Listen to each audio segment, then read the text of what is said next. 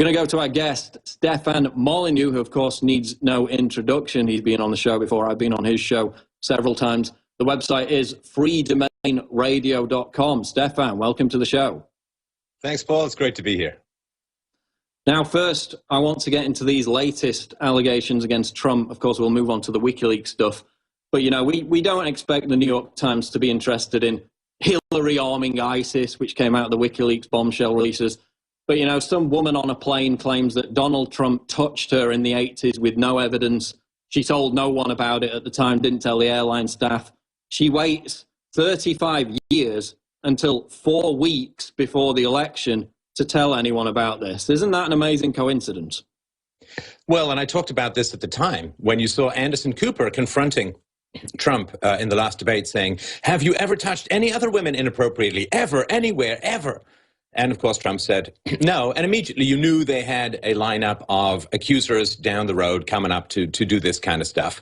And it is tragic, and it is kind of predictable, and it does show, I think, the degree of collusion that WikiLeaks is pointing out between the mainstream media, the sort of propaganda arm of the Democrat Party, and what is going on in politics. And dear Lord above, Paul, wouldn't it be really, really, really nice if we had a slightly more elevated debate than, you're a rapist, no, you're a rapist, no, you're a rapist. I mean, we're not talking Churchill here. We're not talking the Lincoln-Douglas debates. This is like grade 2 screaming that is going on, and it is being dragged down to that level by the Clinton campaign, in my opinion.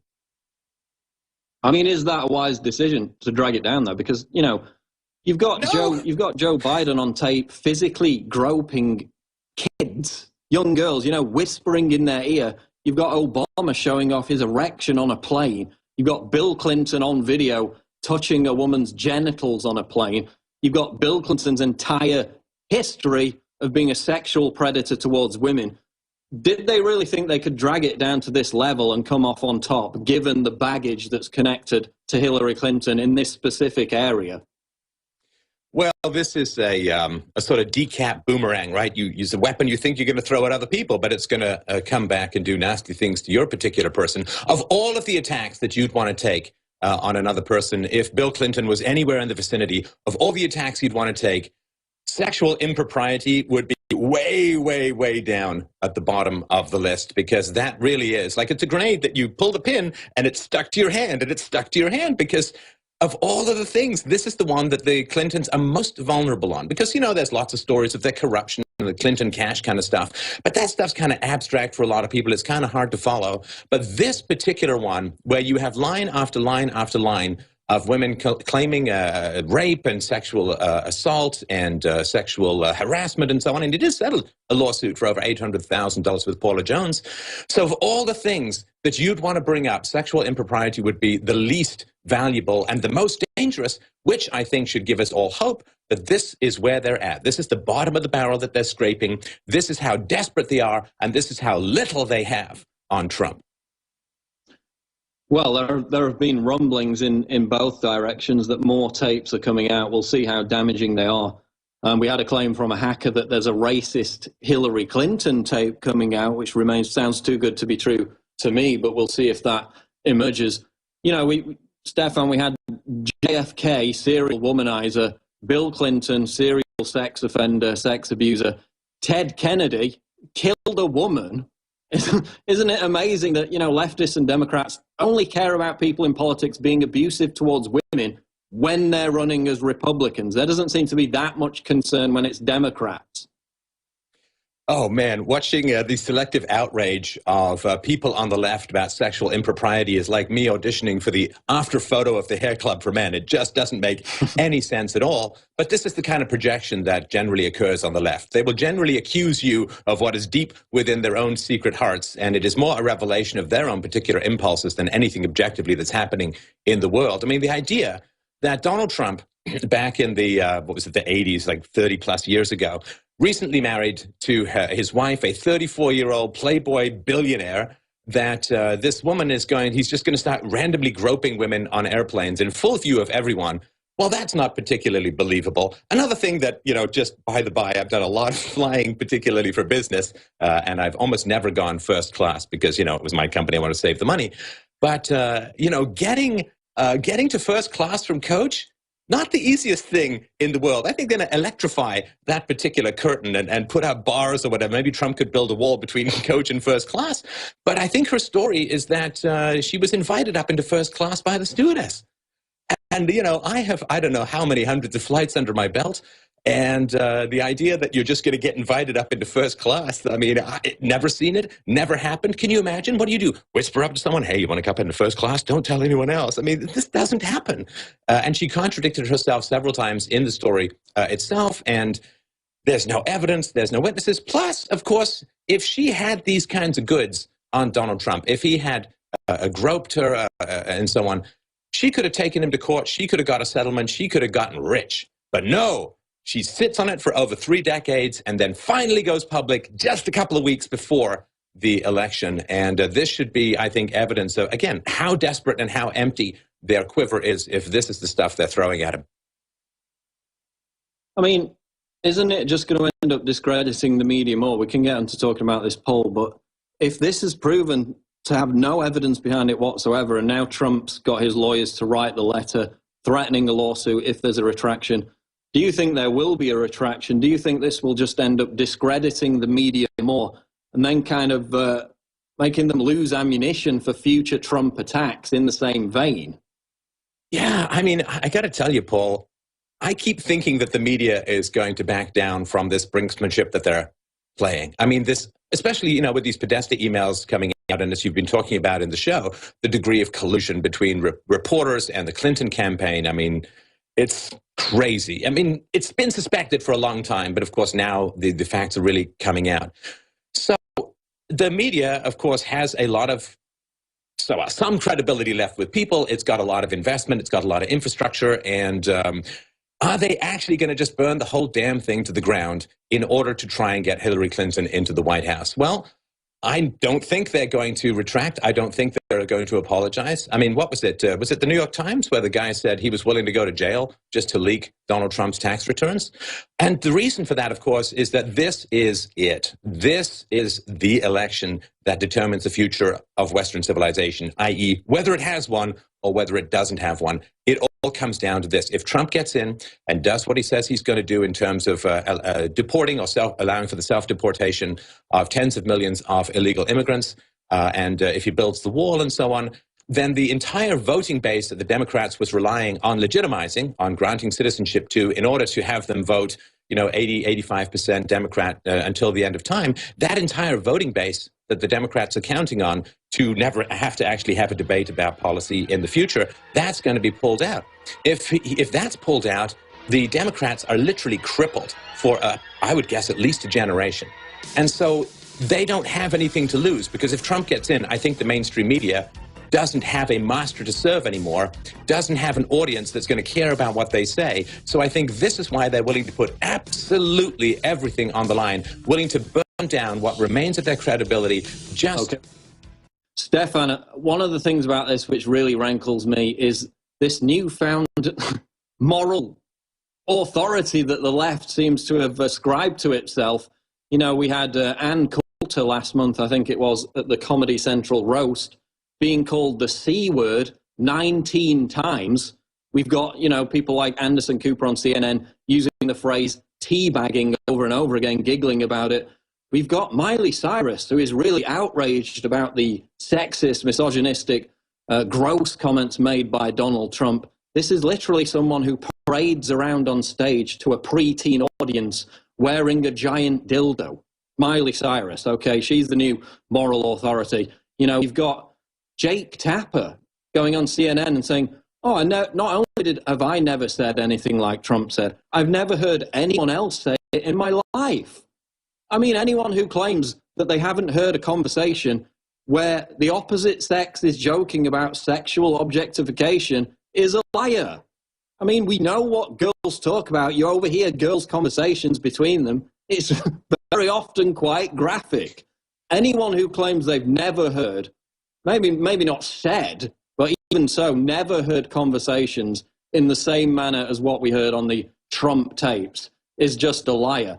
And it's this feigned moral outrage from the left that really rankles me, Stephan, because they haven't got a leg to stand on, have they? Well, it's worse than that. I mean, so the left, of course, the mainstream media seems to have had quite a bit of trouble reporting the actual groping of women in Germany during the Cologne New Year's and other things. They seem to have quite a bit of trouble actually reporting pedophiles or a pedophile Seville at the BBC. They seem to have had a lot of trouble actually reporting the countless Pakistani gang rapes of young white British girls, over 1,000 in Rotherham alone, not to mention dozens of other cities in England. So they sure don't seem to have much luck getting out narratives about genuine sexual predation. Of course, they have, as you pointed out, bypassed the whole Bill Clinton thing for many, many decades. And so the idea that now suddenly they've got this huge concern about any kind of sexual impropriety, it is pure politics. And what I find so vile about all of this, Paul, there are genuine victims of both sexes of genuine sexual assault, sexual abuse, sexual harassment, and rape, and so on. And to hook your political narrative into what people really care about, and is an actual heinous crime, just to get into power, just to smear an opponent, is to me a true horrifying manipulation of genuine evil and genuine human suffering, all in the pursuit of political power. And of course, when this stuff seems to get discredited quite regularly, right? I mean, all the way back to the Duke Lacrosse case, all the way back to some aspects of the Mattress Girl case, all the way back to the UVA rape, all the way back to all of these things, as they get progressively discredited because they're being used to advance the political narrative, the genuine victims of rape and sexual abuse are going to find it harder and harder and harder to be believed. And this, I think, is one of the greatest evils, is the mining of legitimate evil and human suffering for the sake of a pursuit of political power. I mean, the media has become expert at peddling rape hoaxes. I mean, right up to the President of the United States claiming that 1 in 5 women on college campuses are raped. Again, that statistic has been debunked over and over again, yet they still claim it. They're the experts, the mainstream media is, in concocting fake rape stories, fake sexual abuse stories. And as he said, they're also the experts in ignoring real ones. So how could we even trust them to begin with? You mentioned Rotherham, again, over the course of over a decade, I think it was about 13 years, thousands of young girls trafficked, abused, raped by these Pakistani paedophile gangs. Not only did they not report on it, the people in government covered it up because they were afraid of being politically incorrect. They were afraid of being called racist. They actually went to the victims, demonized, blamed the victims of this child abuse, told them they were lying, and that these individuals had done nothing wrong whatsoever. It continued in numerous towns and cities across the United Kingdom. It's still continuing to this day. And again, as you said, nobody cares about that. The media in Germany, for days after the Cologne mass molestation, none of them dared report on it, even though it had come out already days before in social media. We're going to get more into this and the latest WikiLeaks bombshells after the break. Now, Stephan Molyneux, going back to the WikiLeaks issue, you know, people were expecting this kind of knockout blow October surprise. That didn't happen. That's not how WikiLeaks operates. We've seen more of the, guerrilla warfare style attack method with these, with this Podesta WikiLeaks email release, a kind of drip, sustained information offensive. To your mind, what are the most damaging revelations we've seen thus far? Well, of course, the fact that Hillary Clinton her organizations are taking money from Saudi Arabia and Qatar, which she identifies as providing logistical and material support to ISIS, that seems pretty important. But the number one thing for me, Paul, and it hasn't been talked about that much, but let me read you something very briefly that came out, right? So this is John Anzalone. He's a researcher emailing John Podesta. It's a message titled, "You Call It." This is July 15th, 2015. Now, he's quoting Senator Mark Kirk, the Republican from Illinois, who himself is quoted by BuzzFeed. This is regarding the nuclear deal reached with Iran. This is the quote he includes when emailing Podesta. "This agreement," the Iran agreement, "this agreement condemns the next generation to cleaning up a nuclear war in the Persian Gulf. This is the greatest appeasement since Chamberlain gave Czechoslovakia to Hitler." Now, that is as strong a condemnation of a particular deal as can be conceivably imagined. The idea that the deal might lead to a nuclear war, destroying the region, killing millions, raining blood and sand and oil down across the world, darkening the sunsets for half a generation. This is a pretty strong condemnation. So you call it is emailed to John Podesta regarding this nuclear war issue. John Podesta responded, yep. Yep. What does that mean? I think that means he agrees that this is going to lead to a nuclear war in the Persian Gulf. That seems to me, call me crazy, call me out of right field, but that seems to me just a little bit more important than a he said, she said grope on an airplane 3+ decades ago. And again, this is the point I make over and over again. You've got the Qatar thing today. You've got, the Clinton camp discussing deleting emails despite knowing it was against the law. That came out. You've got, again, more slurs against Catholics, Southerners, needy Latinos. You've got Huma Abedin saying, can we survive not answering questions? That explains the whole lack of a press conference for months and months and months.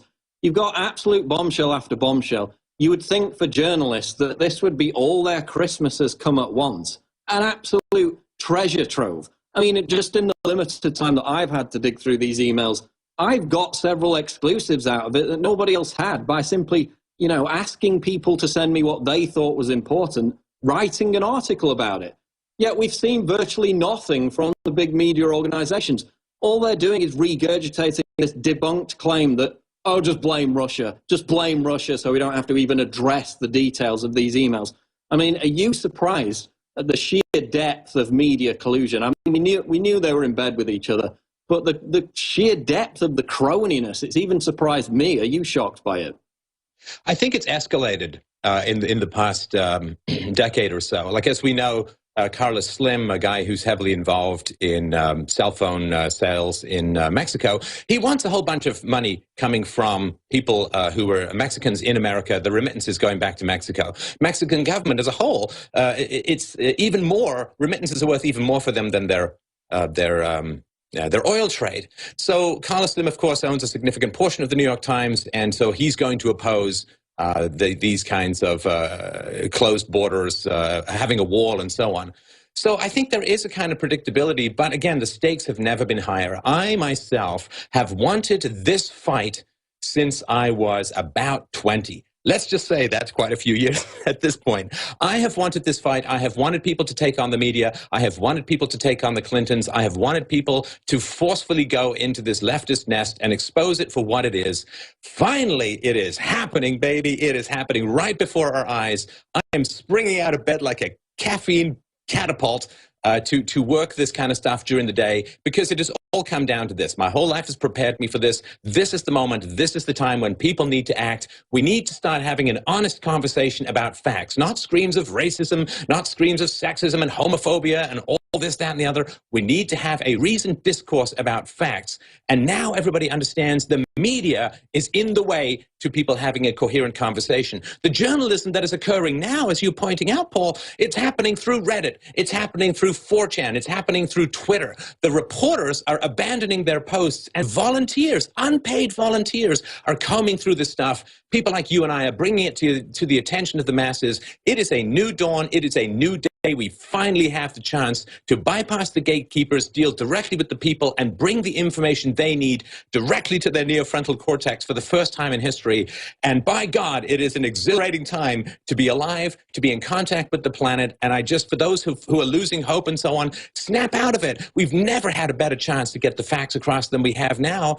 Get moving, get engaged, get sharing information. Don't give up, because that's a self-fulfilling prophecy. The left wants to demoralize you and, oh, we can't win and it's over and so on. Forget all of that. Snap out of it. Give yourself a Don Corleone full-on smack across the face. Get out there and get busy, because if it's not now, it's never. I mean, it's amazing, Stephan. I guess we should thank these reporters, these journalists, for leaving such a vacuum. I mean, I'll give you an example. About a year ago, not even a year ago probably, I was on about 10, 11, 12 million Twitter impressions a month. This is people who see your tweets total per each 28-day period. So it went from 11, 12 million a month. Now it's at 120 million Twitter impressions a month. So for each 28-day period, my tweets are seen 120 million times, and it just keeps going up. That is more than a lot of quite big websites get for a month. Just my tweets alone. That's not even including YouTube, Facebook, Infowars.com. And of course, I guess you're doing similar numbers now. So, I mean, I guess we should thank them. They've left such a vacuum. They've failed to do their job in every instance. People are so hungry for the truth that now our platforms are just exploding because we're there standing in the gap doing their job for them. Absolutely. You know, if the horse and buggy manufacturers don't want to upgrade and we're inventing the car, good. You know, just keep making your horse and buggy stuff. That's totally fine because we'll just overstep you. And I think this aspect of things is really, really important. You know, when there's indications that Hillary got certain debate questions ahead of time, when there's indications that she was just, you know, absorbing and borging Bernie Sanders positions for the sake of political gain. And this goes on and on. I've done a bunch of presentations about this, and people can check this out if they want at youtube.com/freedomainradio. But when all of this stuff is going on, this is all falling apart. The mainstream narrative, which the media has controlled since the dawn of time, since the dawn of the media, the mainstream narrative has been controlled by the gatekeepers. And even in the last election cycle, alternative media wasn't nearly as powerful as it is now. We didn't have the credibility. We didn't have the reach. Now, I'm sure you get the same messages. People say to me, I come, like when something goes on in the world, I come to you. The idea that they're going to turn on the news or go to some mainstream media website and think they're going to get anything other than leftist propaganda is incomprehensible to most people. And so the fact that we're building credibility while they're losing credibility, well, there's only one way that can end up, which is we take over. Well, exactly. I mean, even following live news events, we saw it with the truck attack, the terrorist attack. It was the terrorists that carried out, not the truck, in Nice, where you tried to follow that unfolding event on television news. You were just an hour or so behind on the actual details. Following live news events, the best way to do it is on Twitter. That's where you get the most up-to-date information. Again, that's why they're trying to censor us. James O'Keefe has a bunch of videos coming out every day. They blocked his Twitter account. But again, you need to go out into the battleground, onto their field, into their environment. Otherwise, you're just going to be preaching to the choir. And like you said, I mean, people just come straight to us whenever, you know, any big breaking news event happens. I get messages every day from people thanking me, saying they were SJWs, they were leftists, I woke them up. So it's working, but you have to get out on the battleground, on the field. You can't just preach to the choir. But in the final 5 minutes here, Stephan, I just wanted to get on to, you know, the Trump campaign in general. We've got a new Rasmussen poll today, which is showing Trump ahead 43 to 41%. Rasmussen tends to use a fair sample when it comes to polling Democrats and Republicans, unlike the other polling organizations. Stephan, I thought that Trump was finished. I thought that his campaign had completely collapsed and that he would have to step down. Now we've got a poll showing he's ahead. I mean, what's going on? Well, people are dealing with facts rather than spin. You know, one of the things, this is just a little rant I have stuck in me like a fishbone, so I'll just cough it up on your show if you don't mind. But, you know, one thing that really, really bothers me is there's some non-story that comes out like, oh no, Trump referred to colloquial cat 11 years ago in a bus that he didn't even know he was being recorded on probably.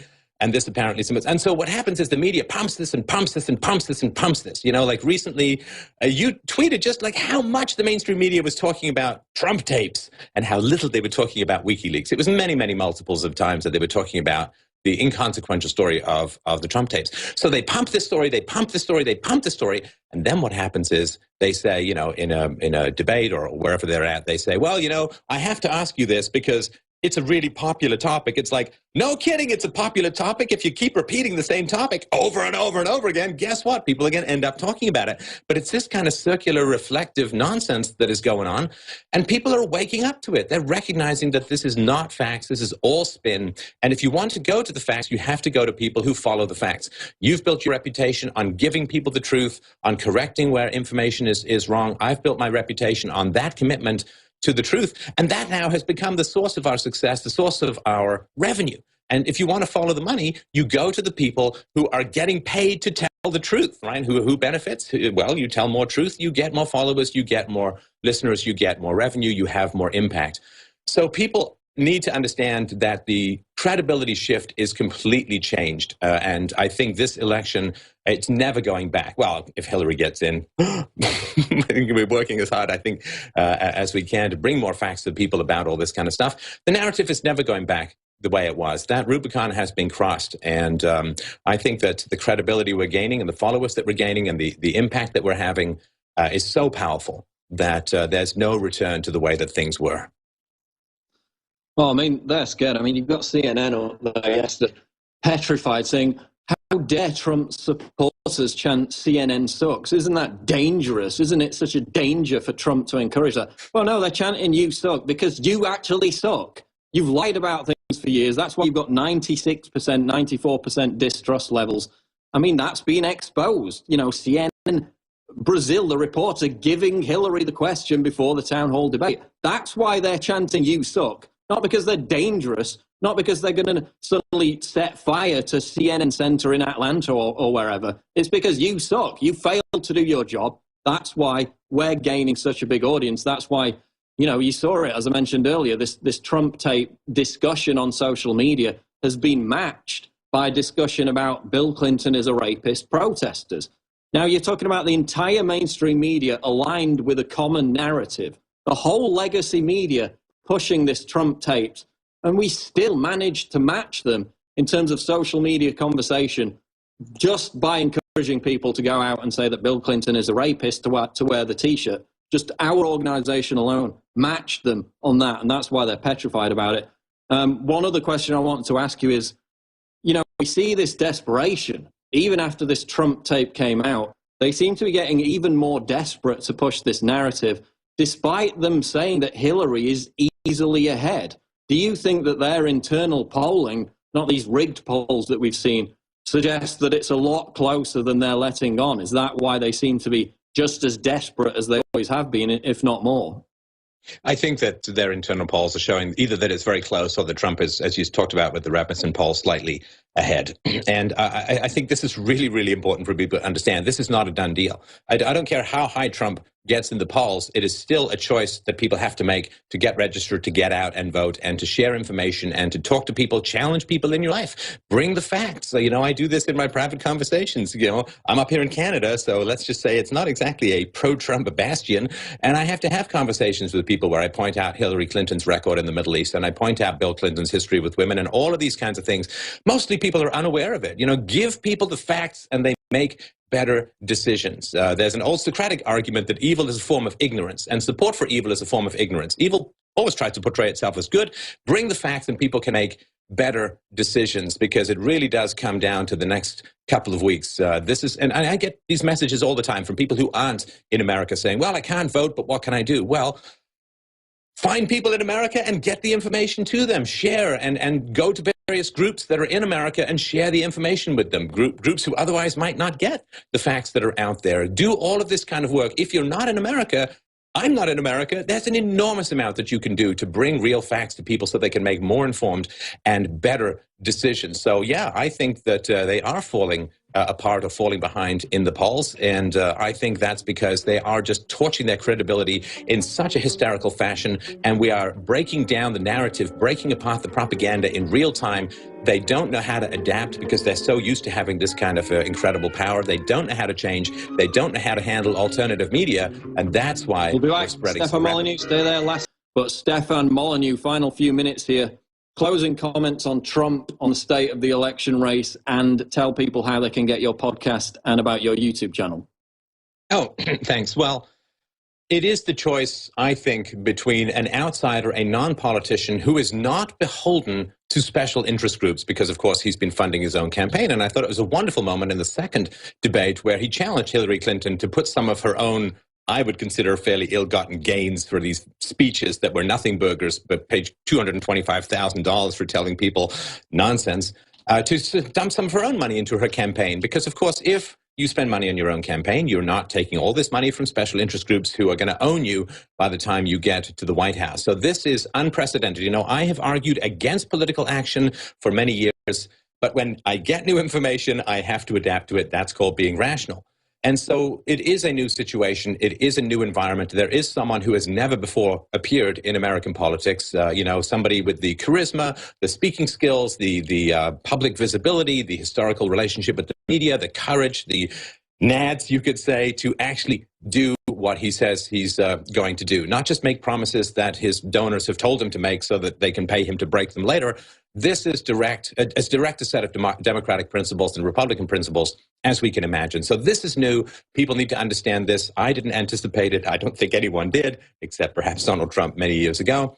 So this is new information, and I think that I am now, of course, encouraging people to get involved in politics. It really, really matters what happens over the next couple of weeks. Take time out of your busy schedule to get involved in this particular thing. It's only a couple of weeks. Nobody's drafting you to go to war for 5 years. It's just a couple of weeks, and you can do it all from the comfort of your own internet cafe or bathroom. Or if you have a server in your toilet like Hillary Clinton, I guess you could do it there as well. So get out, get involved. This is so important. This is so important. It really does come down to this. If the left gets in and there's more third world migration and there's open borders, and I mean, it's over. There's nothing left. And as far as this goes, Trump wants to work with Russia in a positive sense. And okay, there goes Stephan Molyneux breaking up a little bit there. freedomainradio.com is the website. Go and check that out. Go and check out Stephan's amazing YouTube channel as well. Stephan Molyneux, thanks for joining us.